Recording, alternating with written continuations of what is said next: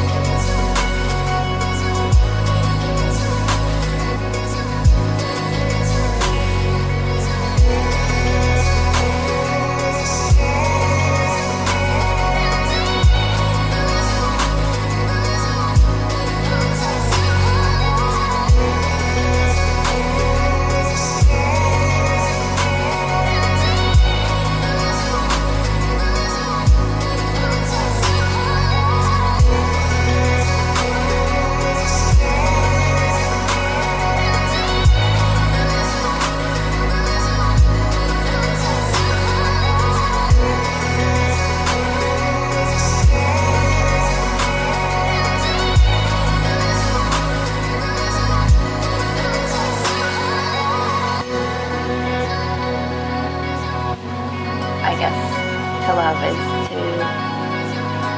that's the whole spectrum of life right there. And love is a focal point for humans, like from birth to death, sort of what we're here for in a lot of ways, for love and interaction with other people and self-love and loving others and getting to a place where you're not